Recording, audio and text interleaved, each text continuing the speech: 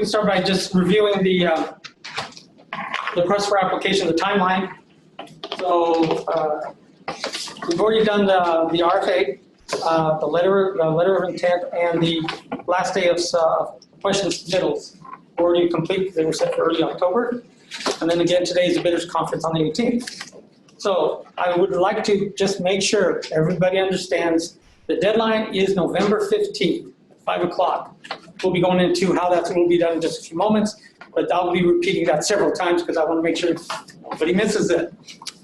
Okay, the evaluation process by the separate committee will begin December 2nd and go through December 6th, and then they will evaluate and rate your grants, and then they will submit them to us, and we will do an internal review and a funding approval between December 17th and January 10th. At which point subawards will be announced February 28th, and of course the new subawards will begin on April 1st, 2020.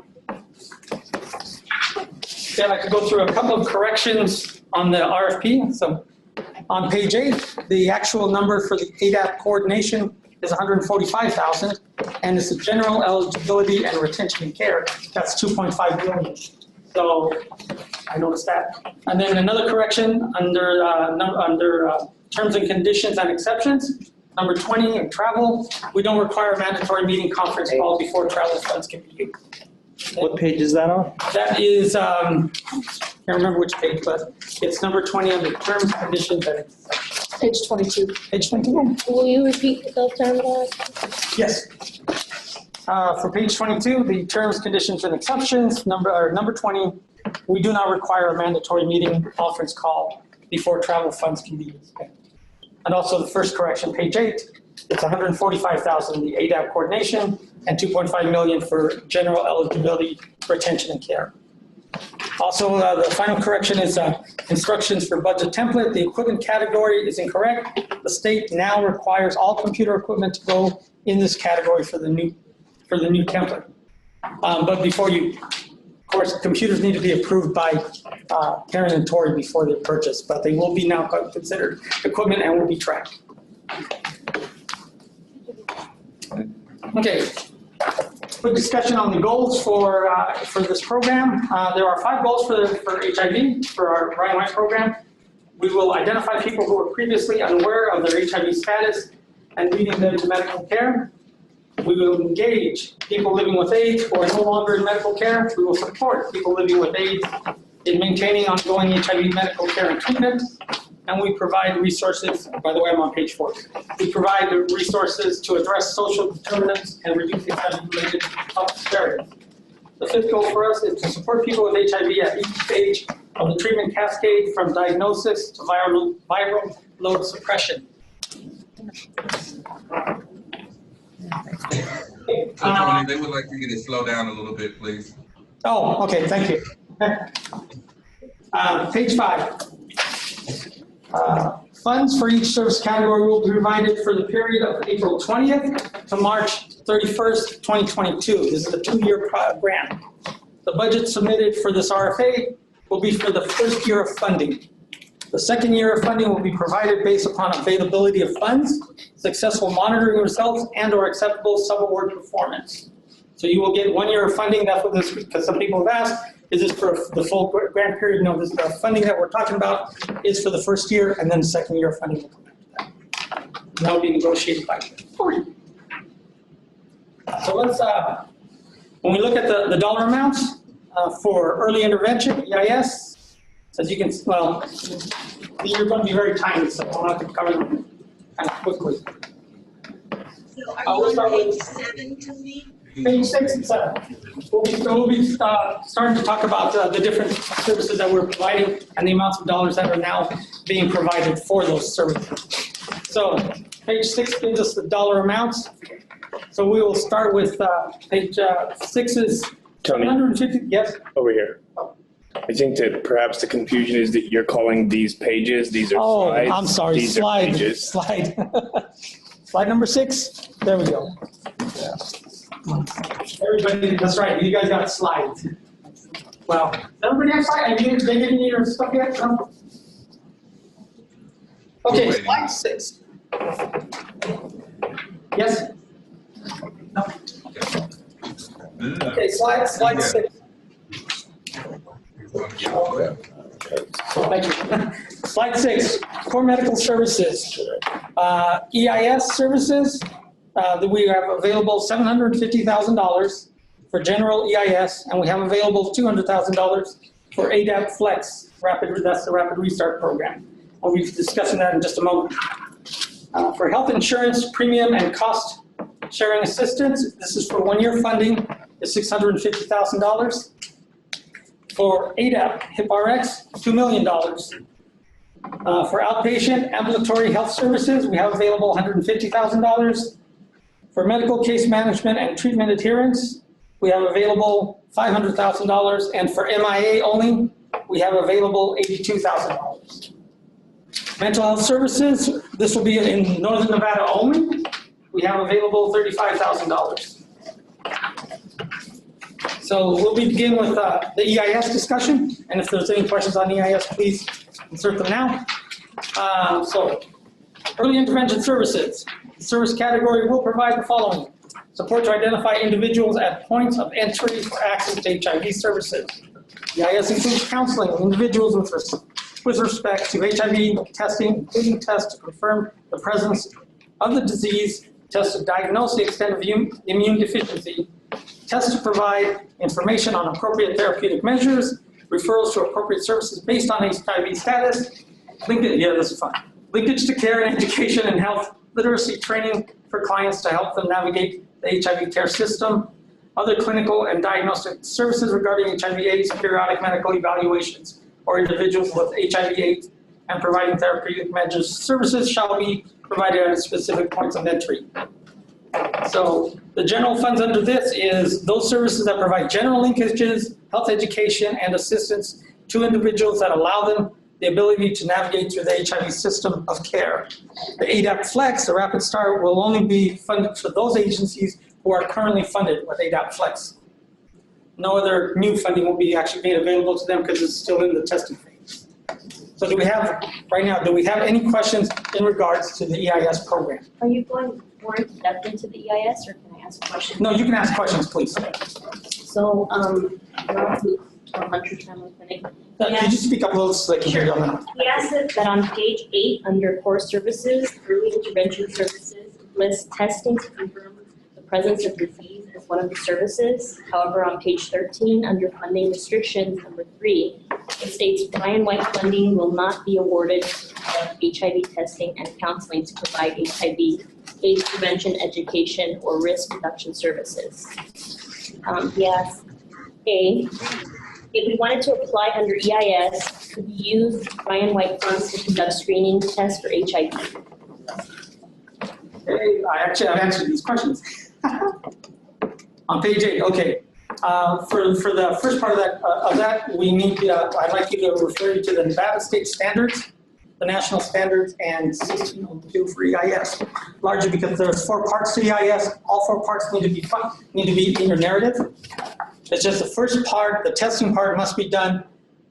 We cannot supplant those agencies that are already doing testing, so it must be done in partnership, unless there is no other agency doing testing within the region that you're applying for. So in your narrative, please describe your partnerships or how you'll be doing the testing. Okay, for the second part of that question, if you wanted to apply under EIS, could you use Ryan White funds to conduct screening tests for HIV? No, unless again, only if such testing is not available in the geographical area that you are applying for. What about other STIs? No, we do not supply money under EIS for other disease testing.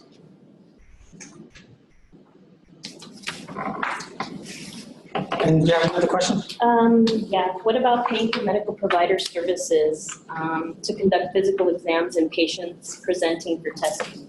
We do not provide money for actual physicals, so that would be no.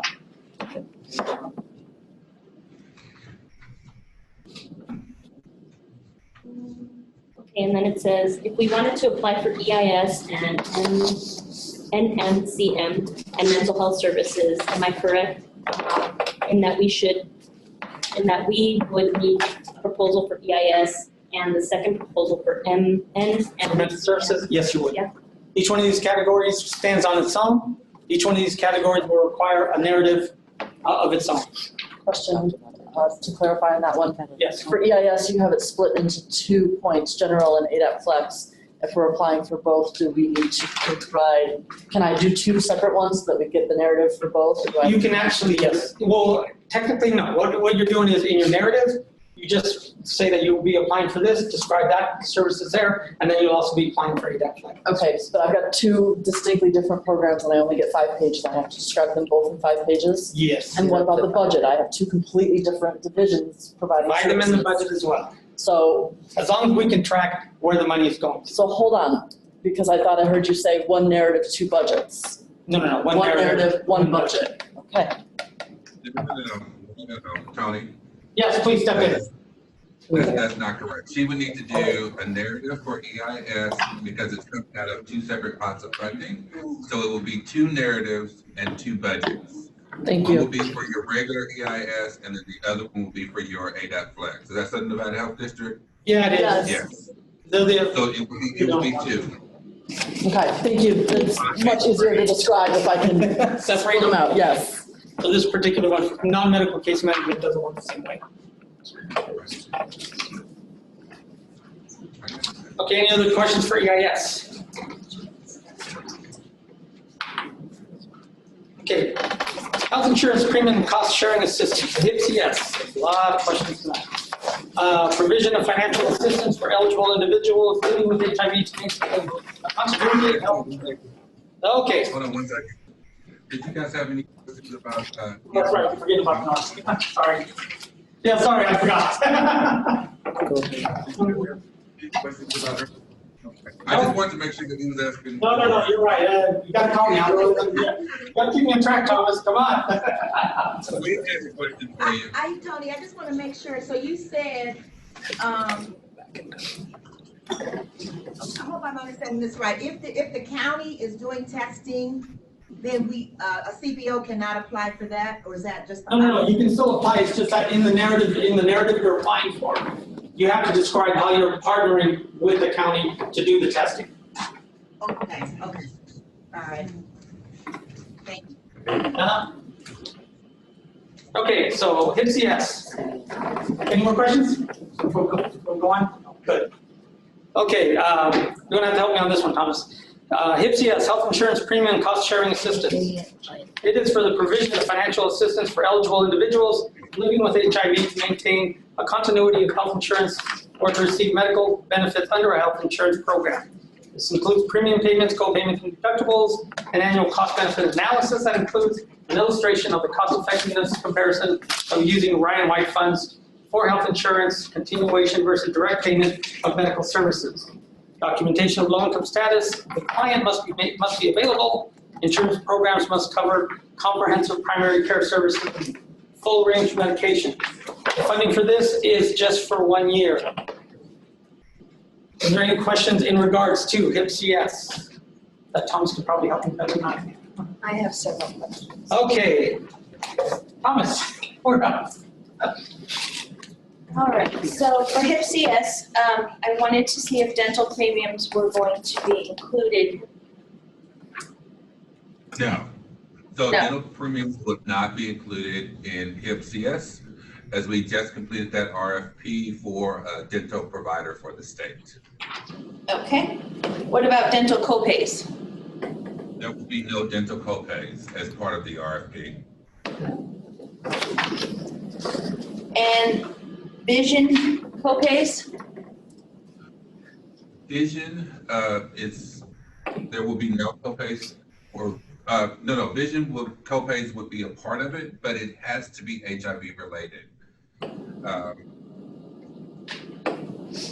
So they have vision insurance, we will pay for their vision copay, but it doesn't have to be HIV related as it relates to the national monitoring standards. For the exam and the glasses? Correct. Okay. Unless there is somebody funding it like a Part C that's doing outpatient ambulatory and they have vision care as part of their outpatient ambulatory. I'm looking at home. And then that will be part of the Part C that will cover that vision.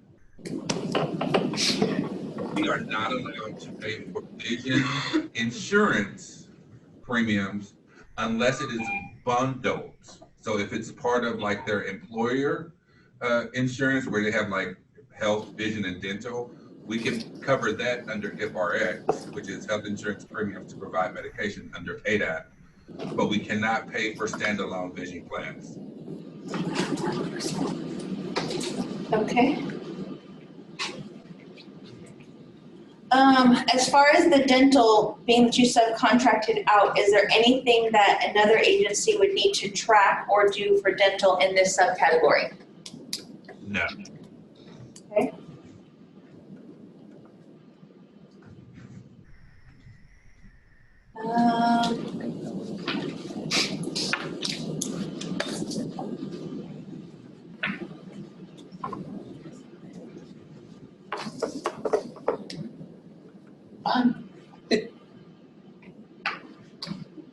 And then for dental premiums that are offered through an employer, is that covered under this subcategory? That is covered under HIPRX if it is bundled, like if it's on their paycheck stub as health, dental, and vision, that can be paid out of HIPRX. Health insurance to provide medication. I am so sorry for using acronyms. Health insurance to provide medication, it could be funded under the ADAP category for that. If it is just a standalone dental plan, then they would need to go with the plan that we are providing from the state. Got it. Okay. MNT copays, are they allowable costs under this subcategory? Do what again? MNT copays? Medical nutritional therapy programs? Yes. Yes. All medical copays as it relates to HIV would be covered.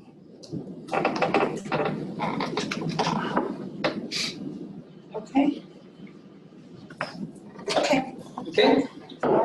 Anybody here have any more questions on FCS? Anybody in the north? Just one question regarding the single year funding. Why is this one a 1 year funding versus the other programs that are both for 2 years? Well, the program is looking at a way to, when we were putting this out, we were looking at a way to have a insurance benefit card so that if a consumer walked in to a doctor's office or something like that, they can present that card and that would automatically be their bill, so they would not have to submit an invoice to us to actually receive payment. So we're looking at ways to reduce barriers. So initially we said this will be a 1 year contract so that we can work on how to transition that. But there's the potential that this may be extended for the 2 years.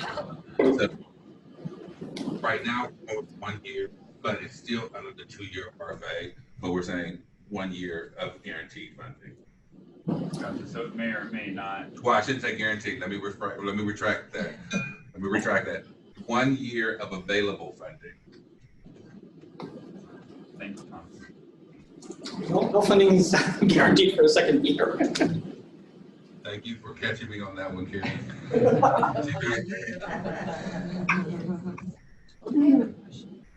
Yes. In the very beginning, Tony, you said something about slide 8. There was a correction of 145. Oh, not slide 8. That would be page 8 on the RFP, or the RFA. It's 145,000 for the under non-medical case management.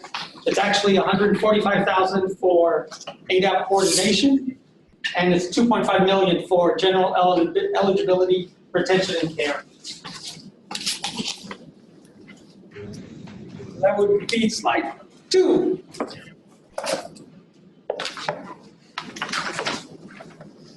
Those numbers are flipped. Okay, now for the AIDS Drug Assistance Program. This would be for the provision of services that ensure eligible individuals living with HIV who are uninsured or or are underinsured receive access to HIV-related prescription medications listed within the state of Nevada approved formulary. So let's begin. Does anybody have questions in regards to the ADAP program? Anybody in the south or in the north?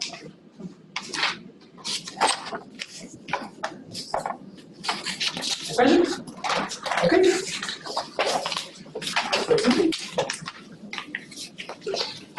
Okay, medical case management and treatment adherence.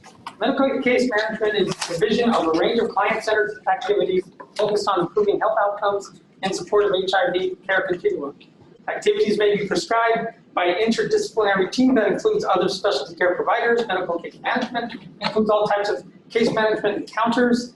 That includes face-to-face, phone contact, and other forms of communication. Under the subcategory, we have the MIA program. The MIA program, this category provides funding to deliver services only to those out-of-care insured ADAP eligible clients who are racial or ethnic minorities. The eligible racial with ethnic minorities includes African Americans, Alaska Natives, Latinos, American Indians, Asian Americans, Native Hawaiians, and Pacific Islanders. The key components for the MIA services should include the development of an individual care plan, continuous client monitoring with a reevaluation every 6 months, and a treatment adherence counseling. Now, do we have questions in regards to the medical case management treatment or the MIA program? I do.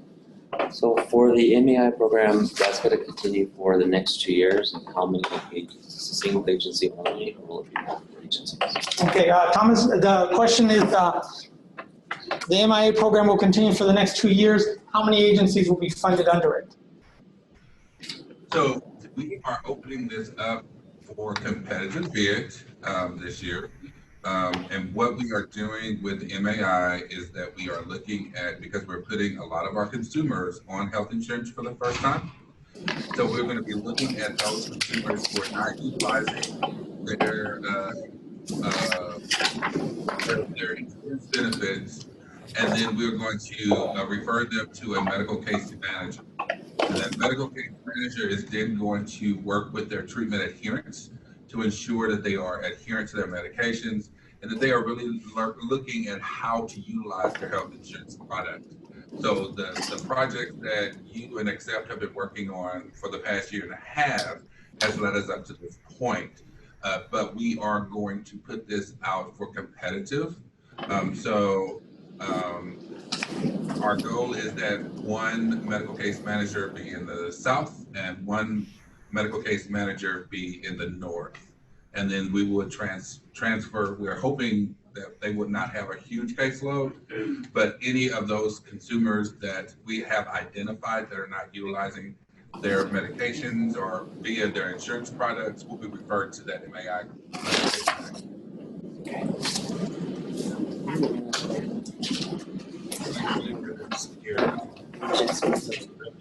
That medical case manager will be providing outreach and education to that particular client through their individual care plan. So I'm not trying to tell you how to write your RFP on this one, but I'm just giving you guidance on what it is that we're looking for based on what Tony just said in his PowerPoint. Now, you say case manager, is that the same medical case manager like OPAP? And so what I would say to you, Gwen, is I will refer you to PCN 1602 so that you can look under what are the allowable activities.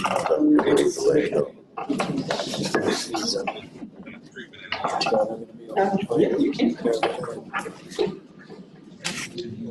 Yeah. You can ask it.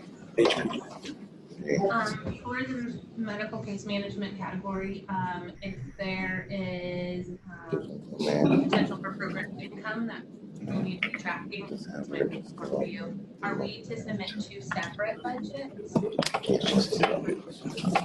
Again? And program income budget is just going to stay in your file. It's not submitted with the sub-award agreement. So the question was, Sorry. under medical, because they can't hear you, so I'm speaking up for everybody. The question was, so for medical case case management, is that a billable service? And if it is a billable service and we have program income, do we have to submit 2 budgets? And Karen answered. The answer is yes. Short answer, yes. Same timeline.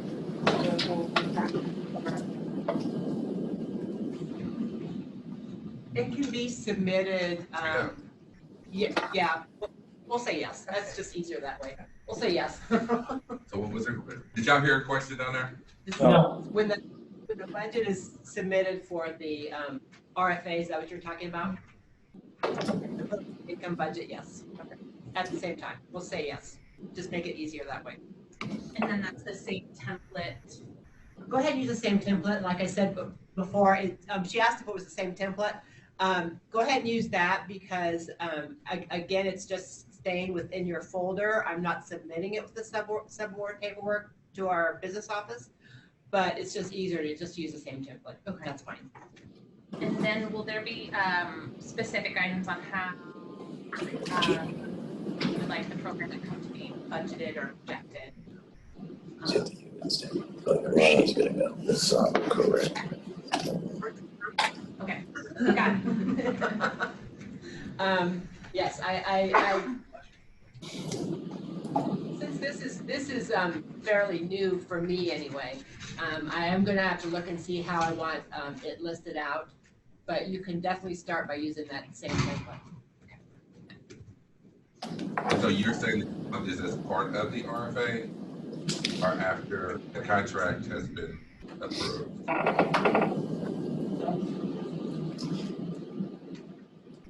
Or do you just want them to show their ability to budget program income? Yes, let's submit at the same time as the RFA budget because then that way I can look at it and make sure that For a second. I will get some more information out as far as categories. Is that what you're asking as far as categories? Go in there for program income. I will get more information out as to let you know what I wanted to see in there. Okay, we will publish that on the webpage. Yes. When we go to program income for which categories will require a program income budget. Okay. Mental health services. The provision of outpatient psychological and psychiatric screening, assessment, diagnosis, treatment, and counseling services offered to individuals living with HIV with a diagnosed mental illness conducted in a group or individual setting and provided by a mental health professional licensed or authorized within the state to render such service. This is, mental health services are in the north only, limited supply, limited time. So does anybody in the north have questions in regards to mental health services? Irene? Yes, I do. So in terms of, we noticed for the allocation, and I realize it's proposals, is this like, can we submit a budget that has a higher ask than what is allocated in the service categories? Or do we have to stick with what is on that, the 35,000? At this time, you're going to have, these are hard dollars, so you have to stick to what's on the RFA.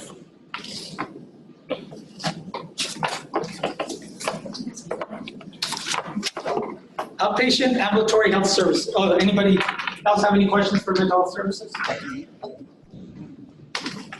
Okay. Outpatient ambulatory health services. Outpatient ambulatory health services is provision of professional diagnostic and therapeutic services rendered by physician, physician's assistant, clinical nurse specialist, or nurse practitioner in an outpatient setting. Settings include clinics, medical offices, and mobile vans where clients generally do not stay overnight. Emergency room services are not outpatient settings. So does anybody have questions in regards to outpatient ambulatory health services? I guess I'll just, to reiterate, just so that I'm sure, basically the same question that she had. We have a current award here that is quite a bit higher than what's offered here. We can't apply for flat funding. We have to go down to the amount. It's still hard dollars at this time. Okay. For those who are, what we did is because of budget restraints and because of, we're not sure about the reimbursements or how we get our money back. Well, so we just want to conserve it. If this changes along the way, I'll let everyone know. If it changes out a year from now, I'll let everyone know. But at this time, this is where we're at. Can I go back and ask a question about MAI really quick? Okay, we have a question about MAI? My question is, for MAI, do you have to also write for medical case management, or can you use MAI under your non-medical case management? No, this will be specifically, this is a separate pot of money, so this will not be connected to a specific service category. So if you're writing to MAI, you're writing to MAI, and you'll be using that under medical case management. That is the service category that we are using for MAI funds under this RFA. Got it, thank you. Okay, support services dollars. Okay, so emergency financial assistance, we have $10,000 set aside. Again, this is for utility assistance only, and it's for the Northern Nevada only. Health education and risk reduction, we have $160,000 available. Housing services, all counties except Clark can qualify, we have $500,000 available. Medical transportation services, Northern Nevada only, $90,000. Non-medical case management services, that would be ADAP coordination, only one agency will be funded, that's $145,000. And then general eligibility, retention, and care is for $2.5 million. Other professional services, legal services, we have $150,000 available. To other professional services, tax preparation, we have $70,000 available. And for psychosocial support services, we have $25,000 available. We'll begin with emergency financial assistance. Again, this is for Northern Nevada only. It's for utility assistance only. So emergency financial assistance provides limited one-time payments to assist clients with urgent needs for essential items for services necessary to improve health outcomes. Any questions in the north? I have a question. Yes. And she's not in the north, but she has a question. Judy? So for the emergency financial assistance, it says a one-time payment. Is that one time for each consumer, or is that one time for the grant year? One time during right now it's one time during the grant year.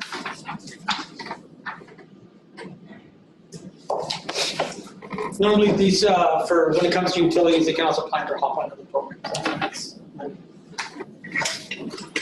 Health education risk reduction, the HER program. HER is a provision of education to clients living with HIV about HIV transmission and how to reduce the risk of HIV.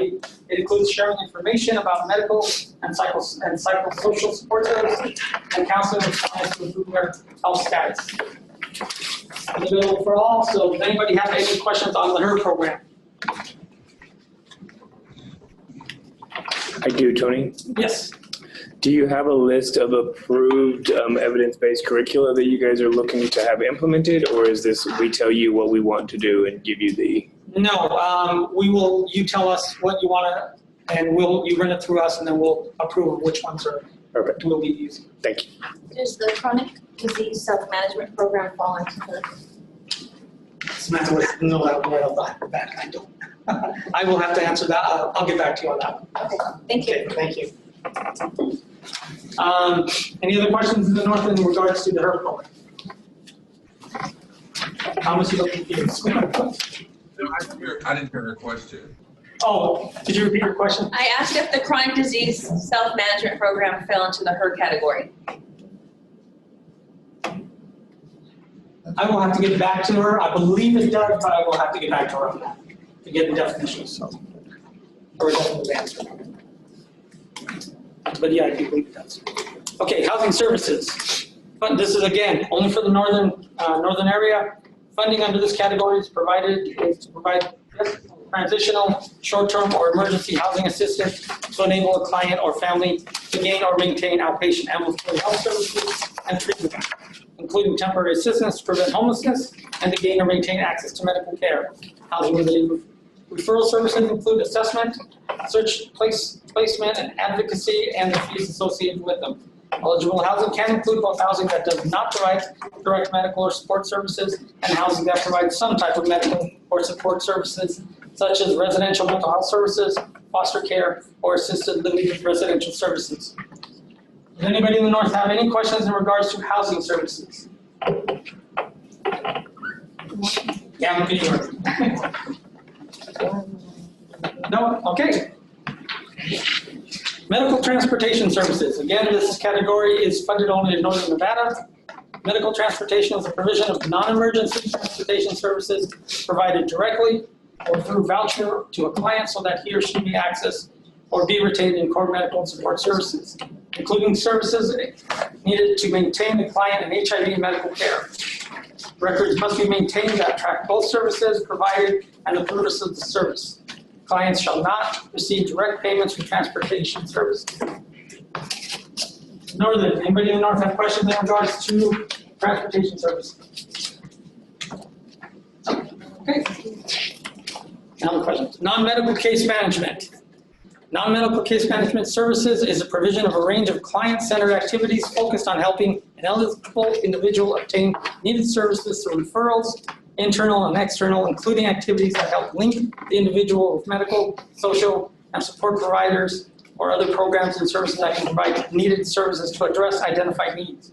Within the service category, Brian White Part B will provide funding for 4 subcategory L areas. ADAP coordination, which provides services to clients in obtaining and or receiving ADAP-related services or medications. There will only be one agency funded for ADAP coordination. General, the provision of timely and coordinated access to medically appropriate levels of health support services and the continuity of care, including the monitoring and scheduling of non-preferred out-of-care lists during open enrollment. Eligibility. Under eligibility, the provision of comprehensive eligibility assessments and reassessments to determine the ability of that client to access Ryan White Part B services based on specific eligible criteria. Retention and care services under this category will be funded for contacting clients who may have a lapse in care, have been lost to care, or who have not picked up a medication through the ADAP program in over 45 days. Agencies funded within this category will work with clients to develop an individual care plan and assist the client in transitioning back into care. Special note, Ryan White B will be requiring all non-medical case subrecipients to have at least one or more non-medical case managers receive their open enrollment counseling certification so they can enroll clients into health insurance annually. The $500 cost for the certification will be, please place that in your budget, under your budget instructions. So it's something that we will pay for, you do not. So, any questions on non-medical case management? I have a question. Yes. So for the eligibility portion, will there be a sole provider for the whole state? No. You want to work? Okay. Do you know how many awards will be? No. At this time, we don't know because we don't know what everybody's asking. Anybody in the north? I do. Yes. In regards to the ADAP coordination service category under non-med, can you provide a little more detailed description on what this entails, the roles and functions? And then with that, if you have to apply for the ADAP funding under core medical services in order to apply for this. Is that contingent? I don't know what's going on. Yeah, but we have a problem with that. I think you can ignore it. How do you ignore it? Push the red. The red button here? Yeah. Oh, decline. All right. Okay, Are you Tom, ignoring please. We're having a Okay. So, Irene, can you repeat your question again? Yes. Because I don't think they heard you. Okay, I was asking in regards to the ADAP coordination category, if there could be more detailed description on what exactly that entails, the roles, kind of functions of the staff members, I guess, under this. And then my follow-up was if you apply for the ADAP coordination, is that contingent upon if you applied for the ADAP funding under core medical services? So, to answer your second part of the question, the second part of the question is no, contingent. The first part of your question is what does this entail? So ADAP coordination under non-medical case management is the ADAP eligibility component of ADAP. So we have the same requirements that Part B has, Part A has, Part C has, but they actually do that next step. So they actually do the employer verification. They also do the health insurance enrollments, making sure, and then they also are a payer of last resort stopgap. So if a person has access to other health insurance, they would need to make sure that they're putting the client on that health insurance. And then they also does the enrollment into our Ramsdale, which is our PBM provider, and they put the client in the correct category. So either it is insured, uninsured, or Medicare. And then we have the provisional enrollment. We also have the Rapid Start, which is part of the ADAP Flex, which is the EIS program. So there are different, and I think it's our service standard 1505, I do believe. It's either 1505 or 1503. We'll have all of those particular categories that you need to look at if you're writing for ADAP coordination. Thanks, Thomas. Any other questions in non-medical case management? Just have one question. In regards to the eligibility. Can you speak up so they can hear you there? In regards to the eligibility, is there the criteria for eligibility for Part B and A? Are the same thing. The same thing? Yes, we have the same application for Part A and Part B. So there's been talk about having one universal eligibility to, once you're eligible for one. You're eligible for all. So that's already, that's what we've been doing for the last year. Okay. So so if we're doing eligibility on one, will we still be able to apply for eligibility for Part B? So if a client comes in and applies for, if you apply for Part A and Part B? Yes. Yes, you can still apply for both. Part of the Ryan White Part B, this is just Ryan White Part B. If you're applying for services, to provide services in Ryan White Part A, that's a whole different thing. But you can apply for both. So we do eligibility on both? But we do work on what we call a slightly universal system. So once a person is eligible, a client is eligible, he is eligible for A and B. Okay, no more questions? Any questions in the north? Yes. Yes. In regards to non-medical case management, the other subcategory that had general eligibility and retention and care, if we are looking to provide, let's say, all three of those services, do we have to create separate narratives for all those subcategories we are seeking to apply, or can we incorporate all of those categories? All can be incorporated into one narrative. You can incorporate it all we would prefer you incorporate it into one narrative. Does that also hold true for budget? You want it all incorporated into the one budget? One. Would we need to do any of goals, separate goals for each? Yes. Okay. Oh, I'm so sorry. No, yes. Go ahead, yes. So that would also include, if you were writing for ADAP coordination, all four of those components is just one narrative, one budget, one service plan. Did I say that right? And then you can break each one of those components into separate goals within your service plan.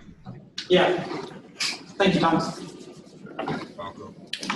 Okay, other professional service, before I go on, any other questions? Any more? No? Thank you. Okay. All right. Other professional services, this is legal. Provision of services to individuals with respect to powers of attorney, do not resuscitate orders, and interventions necessary to ensure access to eligible benefits, including discrimination or breach of confidentiality litigation, as it relates to services eligible for funding under the Ryan White program. It does include legal services for permanency planning for an individual or family where the responsible adult is expected to predecease a dependent, usually a minor child, due to HIV and AIDS. Included the provision of legal counseling, drafting of wills or delegating of powers of attorney, preparation for custody options for legal dependents, including standby guardianship, joint custody, or adoption.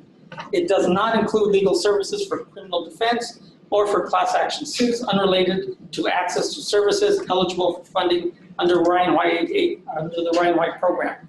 Only one agency capable of providing services throughout the state of Nevada will be considered for funding under this category. Any questions on the legal services? I have a question. In terms of this category, does the agency have to be located statewide in order to apply for this funding? Or can we, or is it just demonstrating the ability to provide this service statewide? We'd like to, all I can say is that whoever applies for it has to be able to provide services across the state. How they do it is what they're going to describe in the narrative. Thank you. Any other further questions? Okay. Other professional services, tax prep. Income tax preparation services to assist clients in filing federal taxes returns that are required by Affordable Care Act for all individuals receiving premium tax credits. Only one agency will be considered for funding under this service category. This category will be for a short duration of time between January 1st and March 31st. The service plan and budget must reflect this time frame. Anybody have questions on that?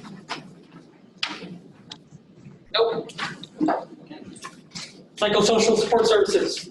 Support to provide group and or individual counseling and support services for clients in addressing behavioral and health concerns. Okay. What would be the requirements for the person providing the group and or individual counseling?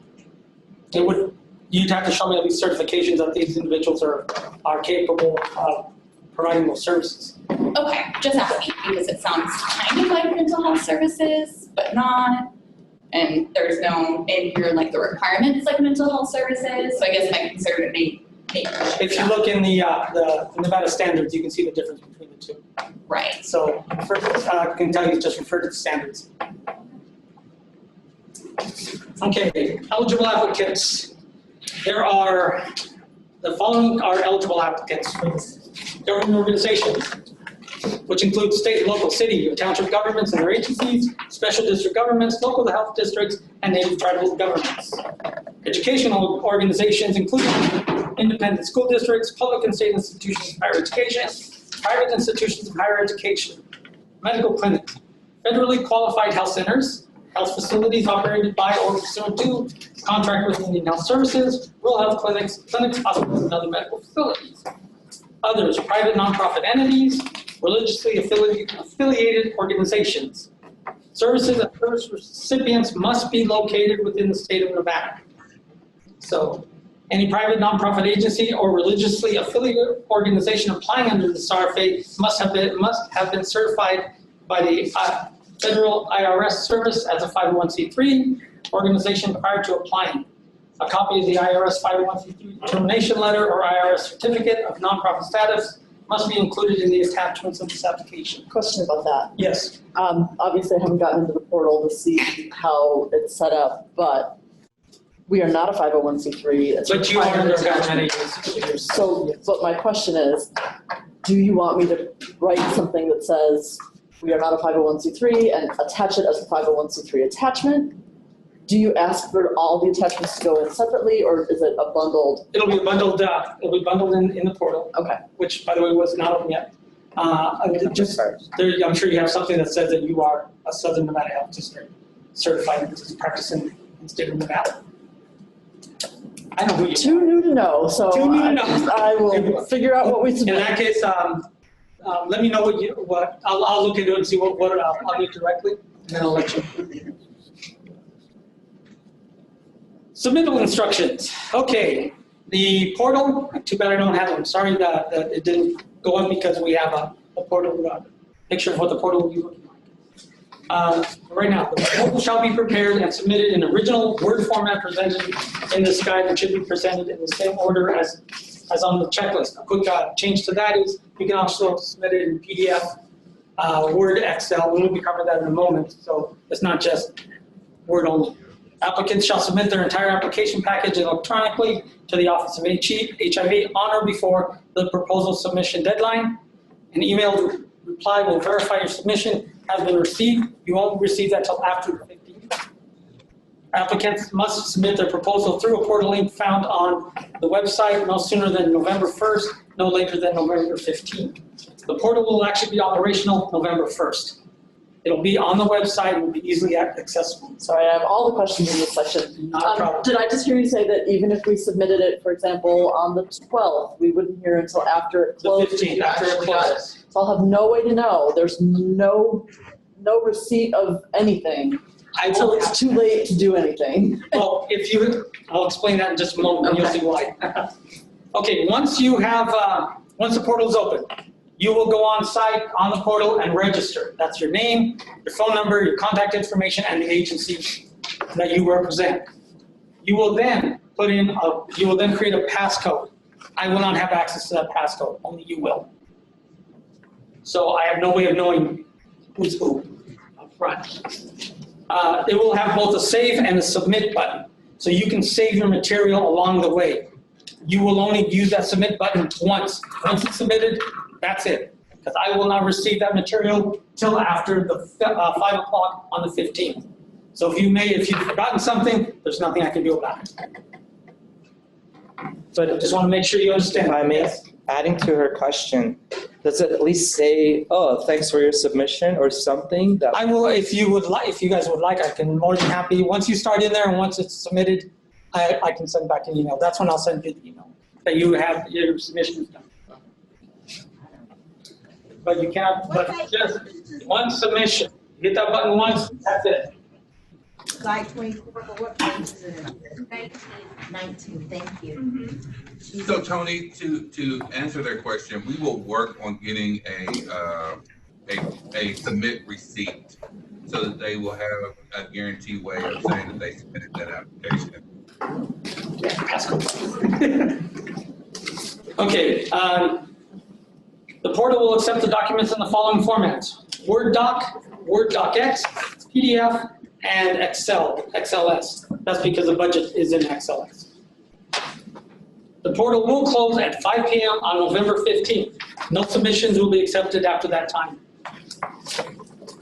Yes. One question, and this is before you submit. Now, if you upload all your documents, just prior to submitting, find out that you forgot something, you have to re-upload.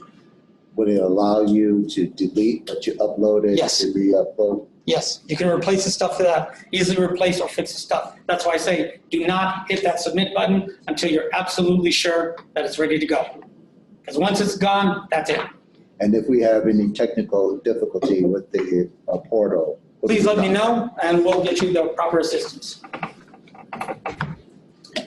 Just on the side note, please keep it, once you have it submitted, please keep a paper copy. I trust electronics only so far. So again, November 1st, the portal will be open. After this time, by the way, once we hit to that, after this meeting, that's the only conversations or questions I will be answering, is those that deal directly with the portal.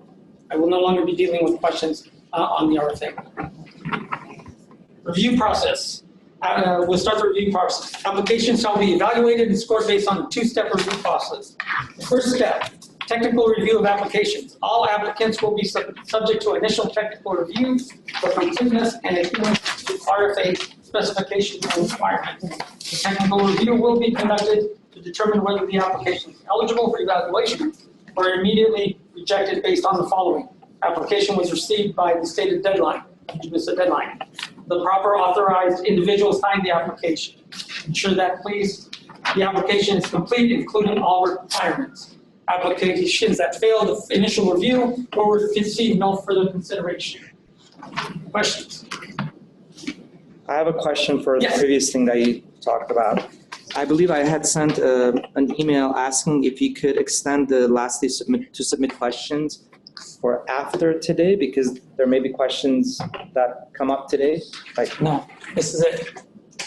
So if you have unless it's a technical question on the portal, but actual questions on the RFA, this is it. Right, but we're asking questions orally. Shouldn't there be something written where we send them to you, whatever questions came up today? That's why we're recording. Okay. All the questions that are asked today and the answers asked today will be transcribed and will be placed on the website. So anybody can go back and look at the questions, but we will accept no new questions after this point.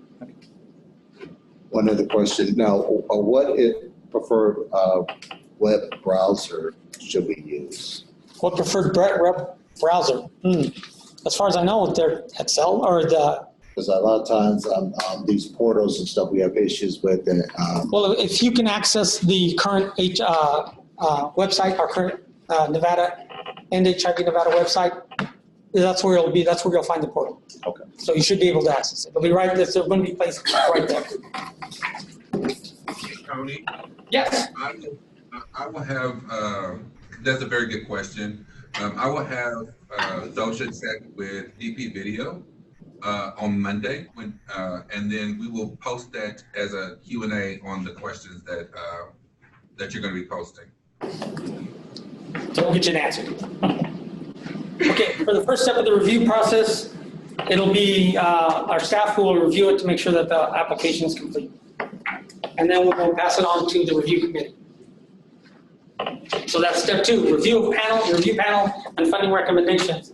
Applications that pass the initial technical review will be evaluated and scored by a panel of independent reviewers with knowledge of healthcare or social services delivery. Applicants for each service category will be evaluated and scored independently and compared to other applications within the same service category.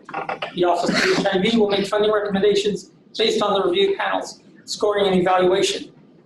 Where applicants submit applications for multiple services, narratives for each service and budget proposal will be scored and calculated individually for each category applied by an agency. Individual scores will be compared to other applicants who applied for the same service. Any questions on the review panels? Second step. No? Any questions in the north? No? Okay. Scoring. Table 1, which is probably hard for you to see. It's on page 19 of the RFA itself. It is. It's on page 19 of the RFA itself. If you have it, it's probably easier to read. Scoring. The following sections will be scored. The cover page, 5 points. Agency profile, 5 points. Technical proposal, 5 points. Agency summary and experience, 10 points. Required proposal attachments, 5 points. Project narrative, 1 per service category. One service plan, 1 per service category, 20 points. Budget proposal, 1 per service category, 25 points, for a total of 100 points. Questions? For the project narrative, I think you said 1 project narrative. Per service category. So for every service category that you are applying for, you will provide us with a separate project narrative, project budget, and I want to call it scope of work. So how do you divvy up the 25 points? Is it 25 points per narrative? No, because it's 100 points total, right? No. Each narrative is its own. So basically what you're going to be applying, you'll be sending us the first part of the project as 1. So you will send us only the cover page, the agency profile, the technical proposal, and agency summary and experience. We only need 1 of those, along with the attachments. We only need 1 copy of that. But that would be, and that score will be carried on with your each narrative. If I may ask for clarification, so Yes. it would actually be 1 set, right? 1 package, 1 application. The application will include those, the ones you just mentioned. Yes. Except for each service category, there will be a And then a separate narrative. And right. So it's not separate application. No. Got it. And actually in the portal, you'll see on the left side, actually each one of those things is a drop. So once you get that thing, you can drop it in the portal in its individual file. Okay, so any other questions? So Yes. I'm asking you, if I'm doing 3 project narratives, is that 75 points? No, it's only 25 points per narrative. Gwen, each service category is graded on a standalone basis, Okay. right?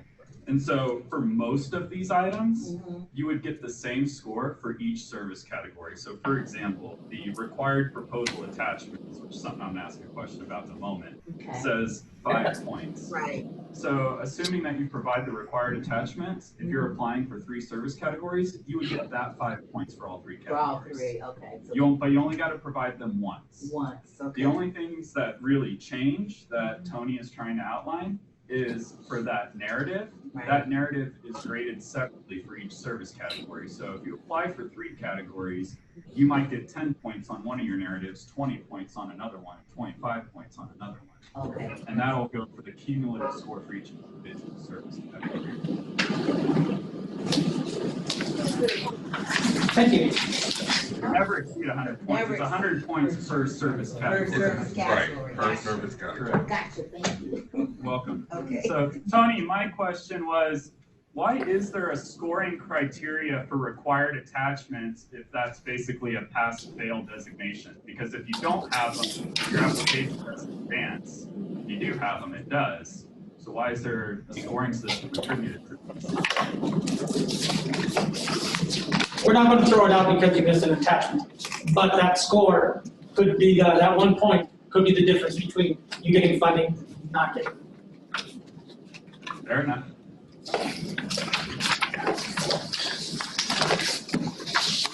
Any other questions? No? Okay, application checklist. November 15th, it will be due. The RFA cover page completed and signed, so supply your checklist, agency profile completed and signed, technical detail, agency summaries, the required proposal, project narrative, service plan, and budget proposal. This form, you don't have to submit, but it's for you to just check out and make sure that you've gotten everything. Okay, questions, the cover page. Does anybody have any questions in regards to the cover page? It does have to be submitted, Tony. It's part of the points that you're scoring people. No, yeah, well, cover, no, what's going on? It's one of your Checklist? cover page, 5 The cover points. page, is the checklist. Is- Oh, Checklist is for you. Cover page is for me. So cover page. Any questions on the cover page in regards to who signs or for all these signatures, for anything that requires a signature, it must be somebody that can bind your agency to the contract. So if you don't have that authority, please get the person who does have that authority to sign. More questions on cover page, agency profile. Does anybody have questions on? Oh, yes. Tony? Yes. Our grant writer wanted to know, so the instructions state that the proposal needs to be completed using the application templates. However, the cover page requires a signature by the signing official. How do you want us to deliver that signature? Should we submit a copy of the cover sheet without a signature and then? No, you can just scan it as a PDF file and submit it as a PDF file on the portal.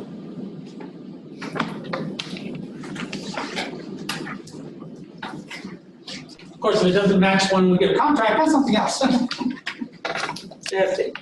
Okay, agency profile. Does anybody have any questions in regards to the agency profile section? The first 2 fields say assigned by, I'm assuming that happens That would be after we yes. submit Yes. for. So I'm not That'd be looking for numbers, you're gonna tell me what they are. I'll tell you what, I'll be doing that myself. Gotcha. Okay. Any questions on the technical details page? You want this, just one for all sorts of categories versus a Yes. separate one for each? That would be, that's considered school.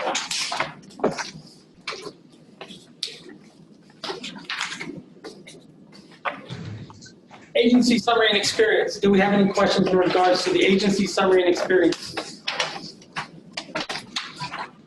No? Yes. Bear with me, I'm reading all of the questions our staff did. It appears that we only submit the agency summary and experience section once. However, in this section, it asks us to provide a narrative describing the agency's experience in providing the service category. So are we supposed to address our experience providing all of the requested service categories in one narrative or submit an agency experience for each? One. You need to submit all in that 2-page limit. And then I have another question. In the agency summary experience section, it says to attach supporting documentation that supports the agency's programmatic and administrative abilities, such as management of staff, resumes, certifications, licensures, whatever, trainings. Is there a specific order that you want this included in the attachments, i.e. at like the very end of the packet? Is there a page limit to this? Okay, there is no page limit, it's because it's depending on what you're submitting. So I'm not going to ask for a page limit. What I want in terms of references for administration and management is, resumes, is I want only key personnel. If you are key personnel directed to that service category, you can submit it right there right after that, in that section if you'd like, or you can submit it as an attachment or appendage at the end. But I'll look them over and I'll make sure that it all gets to where it needs to go. Just want resumes? Just resumes? No, you also need to, well, if you're applying for legal services or for medical services, I will need certifications that say that your agency can practice that in the state of Nevada. For key personnel, I'll need their resume, but only key personnel. Job descriptions are different. I'll only need one job description per the actual job category. I don't need that if you have 10 case managers, I don't need a resume or a job description of 10 case managers. I just need one. Hey, Tony. Yes. I saw a face. So just to clear up what Tony was saying, is this anything that's going to be attached to your administrative part of your budget? So like that indirect portion, so any personnel that is directed to that indirect, if it's part of your direct funding, that's going to be part of the narratives and all of that stuff that you're going to be submitting on that part. This is for the administrative portion of funding. Does that make sense? But if you look, I just saw a face. No, if you look at the new budget template, they're asking for us to have names and they're asking for a lot of information. Not like before. No. Okay, any other questions in regards to summary and experience? I'm sorry, let me make sure I understand. So you need a resume for each key personnel? Yes, for the indirect portion. So your resume and whoever else is part of that service category who's directly managing, we need that. Sorry, can you point to where the RFA that's stated? It just doesn't ring any bells for me at all. I want to make sure I'm here. Instructions for agency and summary experience. Page 26. Thank you. That's what I was looking for. Unfortunately, I took this all, so I don't have my. It's the last bullet on that. Got it. Thank you. You're welcome.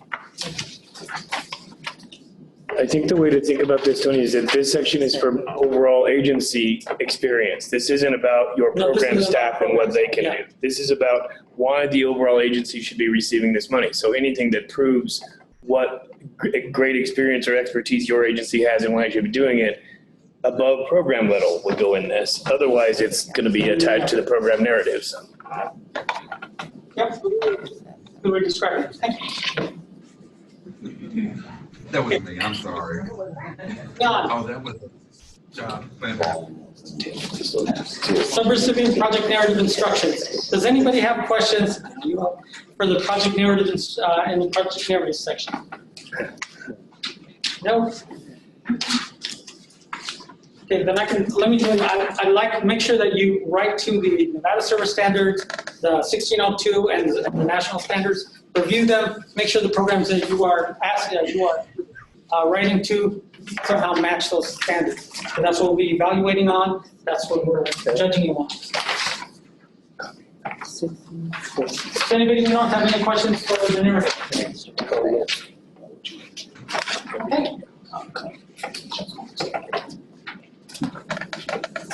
Okay, so narrative's out. Next is budget template, right? Yep. I do want to clarify one thing when it comes to if you are planning to subcontract any of your services. Number one, it has to be pre-approved by us, but number two, it's got to meet PCN 1102, and I will read the portion that kind of stands out a little about that. Parts A, B, and C of the Ryan White HIV/AIDS program permit grantees to contract with for-profit entities under certain limited circumstances.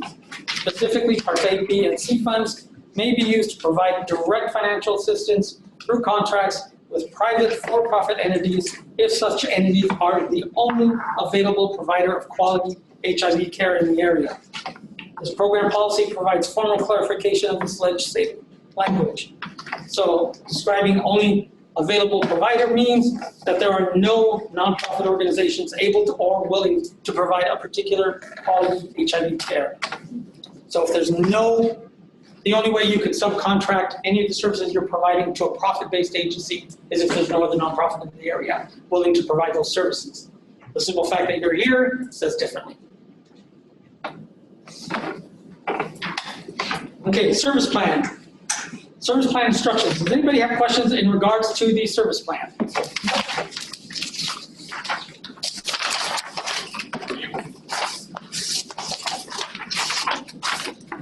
No? Okay. Going once, going twice. Okay, budget template question. Karen? All right, does anybody have any questions in regards to the budget or budget template? Did everyone get a look at it? Yeah. Tony, we have a question. I have a question. Yes. In regards to the budget, do you want us to list the exact staff members' names for each proposed title? Okay. Yes, and if it's vacant, then just say vacant. Okay. Do you guys hear that down there? Yeah, if it's the vacant position, put vacant, otherwise, please put the name and the title of the individual. Yes, title and name, and if it's vacant, then just say vacant. Okay, any other questions? Yes. Sorry. Not a problem. Travel, are there any restrictions that's for the proposal? I know that. Now the fun travel. You need travel, unless it's directly related, unless our office requires it, or it's directly to the client. So, Karen, can you get closer to something because your voice is coming in and out for some reason. okay, the question, did you guys hear the question about, travel? Yes. Hello? Okay. Hello? Hello? Can you hear me now? Yes, okay. Okay. In regards to the travel and the budget, travel up in direct services, unless it's funded by our office or it directly relates to a consumer such as mileage, it is not allowed up in direct services. You can use your program income or you can use your indirect. That's training, correct.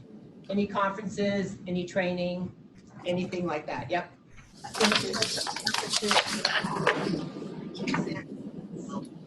Karen is, we will no longer be paying for conferences at this time. Any travel, any training has to be directly related to client services or that, or if we make it mandatory, then we'll work it out. At this time, no, but no, sorry. You can put it unless it's directly for a client service or for that service. Our one question is regarding the $500 for the training for the eligibility specialist. Yes, put that in the budget. Put that in the budget. Like, can we build? Where is that training usually held? What do we need to send somebody? There's a training category. Yeah. It's in the training category. Thanks, Karen. I have another question, Karen. Okay, so on the travel, it has to be related to a consumer. So if we're going to, that's kind of going into to? Correct. Okay. Correct. Anything not related to a client is all travel Correct. admin. Correct. Okay. Unless you got a whole lot of money in that other. Program income or other monies. So We don't- like- Sorry, Thomas's spec is required for a program, so that's okay then to put that in there, mileage. Okay. For mileage perspective, are there any other meetings that are required? So any meeting that we require, any training Are that they? we require, there are, That's there what I'm saying, are, are there now required? yeah, there are, there are. Okay. And so I would just say that that would be something that we would negotiate after the RFA process has been completed. So what I would say for now, unless you know specifically what is your travel, just put that in there, and then once your contract has been negotiated, then we can say, okay, these are the required trainings that we would want you to go to, or something like that. But anything other than the required trainings will have to come out of your indirect, which will be your administrative. So like USCA, we're not saying that we're not going to fund it. We're just saying it's not going to be funded in direct services. It has to be funded in indirect services. Okay? Our program income, if you have it. Our program income, if you have it. That's important. I question to ask here, but in terms of job descriptions, Yes. If we're applying for more than one funding category, and let's say we have one staff member that fits in both, how do you want us to kind of organize? Please put the job descriptions in the attachments and I'll compare them to the budget and see. But like you said, if you have one case manager, all I need is a job description of the case managers. I don't need a job description for each case manager. So for each position that you are putting in the budget, I will need a job description for the position, not necessarily the individual. But if you're doing it in the budget, then it will have to be in each budget. Right. Oh, since we're already here, required supplements and proposal attachments. Does anybody have any questions in regards to the attachments? Nope. We've covered most of the questions that we were going to talk about anyways throughout this, but please. I do have one question. Yes. When do you expect to post the questions and answers from? Early next week. Lucia's going to kill me because I'm out of town, but early next week. Okay. Yes. Is there an answer to the way that it was supposed to be laid out and ordered? Yeah, actually, I have it's listed as how I would like it on the, right here, on the required attachments. Attachment A, attachment is the assurances, acknowledgement, which must be signed. Attachment B, conflict of interest policy, must be signed. And then we'll go into the agency organizational chart, job descriptions, list of board members, proof of 501c3 status, and then any formal collaboration agreement, any MOUs that you'd like to submit. Okay. It's on page 35 of the RFA. And I was actually more specifically asking about the agency summary and experiences. Yes. I can't hear, you're cutting off. Thomas, can you? Coming in and out. So she was specifically asking about the agency summaries. Is there a specific outline, and I do believe that's in the RFA, that you wanted that set up? Is that what you're asking correctly? Yeah, the written part first, of course, and then follow up with placing the resumes right after that. Right after you finish the narrative program, the summary part.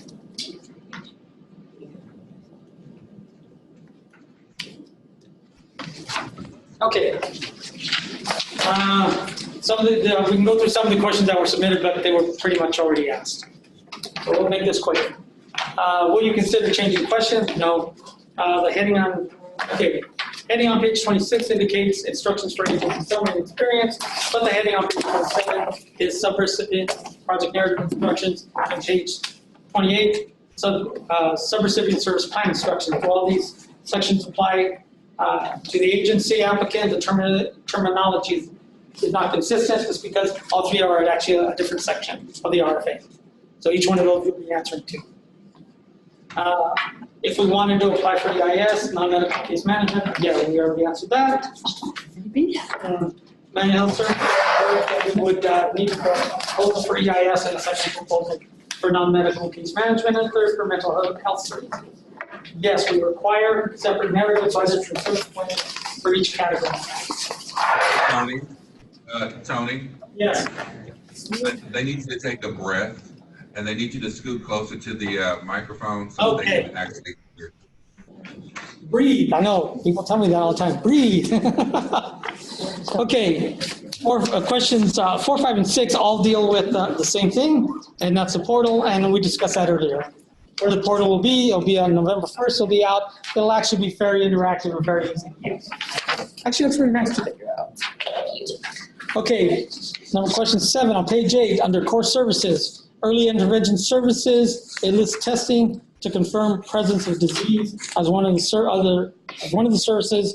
However, page 13 under funding restrictions, number 3, it states that Ryan-wide funding services will not be awarded to conduct HIV testing and counseling or to provide HIV/AIDS prevention, education, or risk reduction services. The answer would be, please refer to the Nevada state standards, national standards, and 1602 for the EIS. We discussed this earlier as well.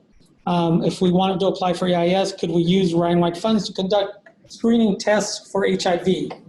You can propose to provide testing only if there are no other HIV testing funds are not in the geographical area that you are planning to serve. EIS funds are not to be used to supplant any existing testing services that are available. So you can supplement, you cannot supplant. What about other STIs? No, we do not fund money for those other STI testings. What about paying for medical provider services, times to conduct physical exams? Under EIS, we do not provide services or funds for physical exams. Would that have to be done under outpatient ambulatory health services? Again, refer to the Nevada state standards to see what we pay for. You'll find that in the standards. If under outpatient, would it require a separate proposal? Yes, each one of these categories stands on its own. Okay, in regards to our EIS services, on page 13 of the RFA, it states that Ryan-wide Part B funds cannot be used for HIV testing, counseling, or to provide HIV prevention, education, or risk reduction services. However, the explanation for the category says these activities are included. Can you clarify this discrepancy, please? Again, you'll find the answer in the Nevada state standards, but I believe we also discussed about this earlier. Trying to figure out which ones we didn't talk about. In regards to EIS, can the agency propose to provide just the referrals, linkage, and health literacy component and not include the HIV testing counseling piece if they offer that service through a different program? For example, can an agency propose to create a community health worker position where their role would be dedicated point of contact for newly diagnosed HIV positive people? This person will work with individuals who are both identified on site at the center as well as those who are referral from local system organizations who also identify newly diagnosed individuals. The person would also work individually with a newly diagnosed individual and provide linkage of care and education and assistance navigating the system of care. Is this acceptable use of funds?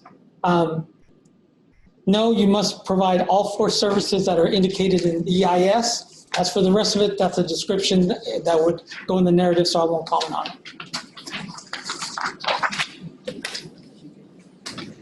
In the non-medical case management, if we wanted to provide general eligibility and retention and care, would that be one proposal? It would be one in the narrative, just separate it there. And that's the answer to that. We spoke about that earlier. We noticed that the RFA has been significantly reduced in some service categories than previously funded. Are there these hard monies allocations, or can we submit for a higher ask than what was proposed to be provided? The answer is this is hard money, and that if at a later time any other funds are made available, we can always look at that later. In regards to the budget, do you want us to list the staff members for each proposed position in the budget or just position title? We need both. In question 13, in regards to the budget, are there any restrictions on the types of trainings that can be included for staff to attend? If so, what are the restrictions? We went into that a little earlier, so we can go through that. Question 14, in regards to non-medical case management, there are 4 optional categories. We need to create a separate narrative for all subcategories that we are seeking to apply for funding for, or do we incorporate all non-medical case management categories we are applying for in one narrative? We spoke about it earlier. You'll place it all in one narrative for whether you're applying for one or whether you're applying for all 4. In regards to ADAP coordination, under non-medical case management, can you provide more detailed descriptive information on what this entails, roles, functions, etc., as well as do you have to apply for ADAP funding under core medical services in order to apply for this? We spoke of that earlier.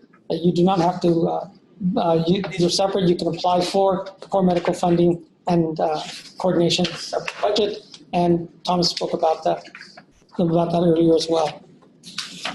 In regards to legal services, does the agency have to be located statewide in order to apply for this funding, or just demonstrate the ability to provide these services statewide? The agency must be able to provide services statewide. How you do that is in the narrative. And here's a long one. In regards to legal services, I'll read only part of this because most of it you can actually find in the standard. In regards to legal services, there seems to be some things included in Ryan White TCN 1602 that are included in the Ryan White Part B RFP. All the legal services that you can put in the RFA that you'll be providing are in the Nevada standards. So if you can just look at them, you'll find your answers for this question. Question 18, the instructions state that the proposal needs to be completed using the application templates. However, the cover page requires, we talked about this earlier, you can file it as a PDF. Please send it in as a PDF so there is the signature is there. Question 19, how do you want job descriptions organized if we are applying for more than one funding category? We will have more than one staff to fit in job descriptions with a specific category. Please just put one job description per job within the attachments. I'll figure out how many are in there. So if you have 10 case managers, all I need is a description of one, the job description of one case manager, not all. How do you want, question 20, just to clarify, the submittal package order will have just one application checklist, one cover page, one agency profile, one technical proposal, and one agency summary and experience. Yes. Then a project narrative, service plan, and budget for each category we are requesting funding for, and then one set of attachments, and include attachments already listed as on the instructions. Yes, actually we discussed that earlier. 21, a lot of these we discussed. Yes. Sorry, I know you was on a roll. I know, stop! I just wanted to put out a point of clarification on question 19 with the job descriptions, because you said that like 3 times. Are you talking about you just need one job description per person if they're doing different jobs, or doing the same job? But if you have a non-medical case manager that's doing retention to care, for example, and you have a non-medical case management doing eligibility, you would need one job description for the eligibility and one job description for the retention to care, not one job description for case management. That's right. Okay. I just wanted to clarify that because I don't want people thinking that they just need to give one job description for a non-medical case manager. Only if that's their title. But yes, thank you. Okay, question 21, back on the roll. It appears that we only submit the agency summary and experience section once. However, in the section it asks to provide a narrative describing the experience in providing the service category. Are we supposed to address our experience providing all of the required service category in one narrative, or submit an agency summary and experience for each one? No, you'll submit it all in one. So you have those 2 pages to submit your agency agency summary and experience. In the agency summary and experience section, it says to attach supporting documentation that supports the agency's programmatic and administrative abilities, such as management staff resumes, certification licenses, in-housing training, and other evidence.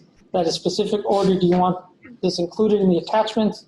At the very end, is there a page limit to those attachments? We spoke of this earlier, but yeah.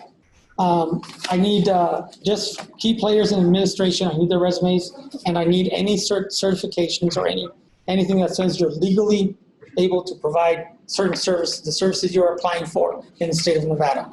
So if it's legal, if it's medical, I need to know that you can provide those services here. Couple more. Okay, page 23, on page 12 of the RFP, under the non-medical case management section, general, it states that one of the duties is monitoring and scheduling the non-preferred out-of-care list during open enrollment. Can you explain what this is? Remember this one. Okay, funded agency, so the answer is funded agencies will receive a list of consumers currently enrolled in ADAP but do not have an insurance product, so they can be contacted and placed in insurance product if they are eligible. That's what it's for. For service categories that would have program income, are we going to have to submit 2 separate budgets with this RFP, or will that budget be required at a later date? It is required with the RFP. Will the state be providing guidance on how these budgets are to be drafted and program income projected? Karen?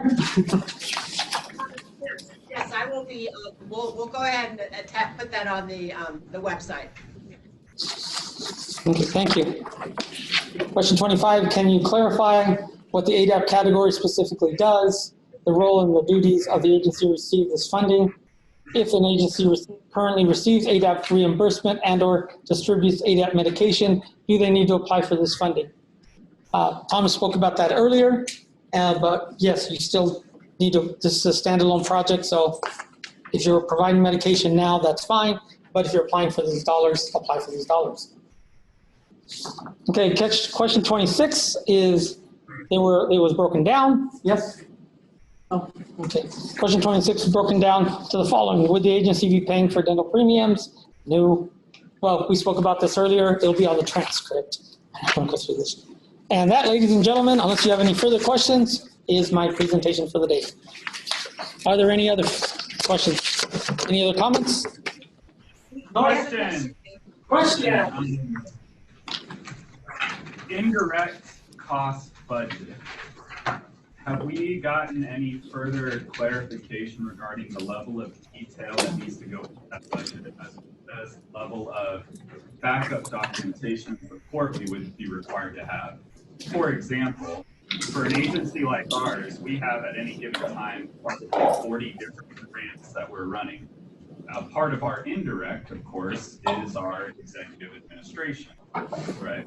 But having, whether it's myself, CFO, or having our CEO or anyone else allocate, say, time and effort in the payroll system to every single individual grant that we're working on a daily basis is basically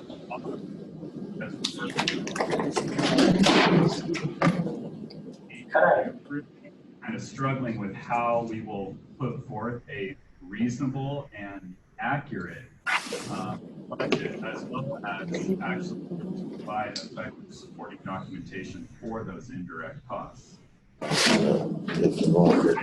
Indirect portion of your budget is going to have the same, I'll start with this first, the same categories as the direct, under direct services. Personnel, supplies, whatever that might be. As far as the backup documents, and I understand your dilemma,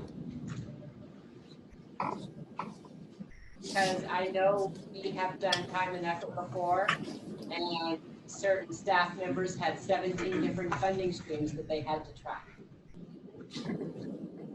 Unfortunately, we are going to require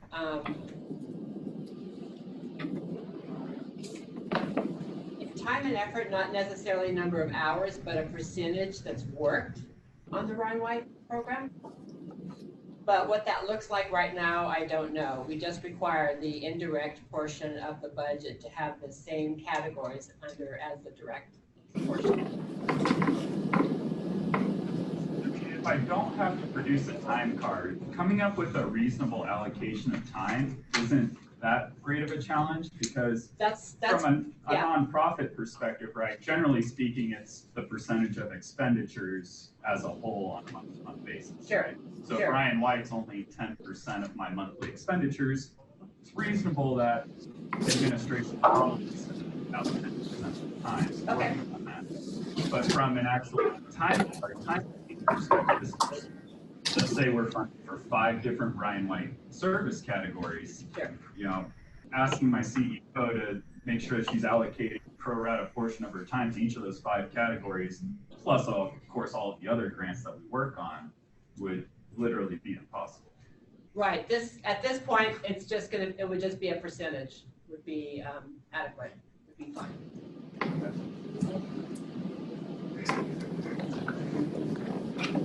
Okay, any further questions? Anybody here? All right, well, thank you very much for coming and good luck. Thank you.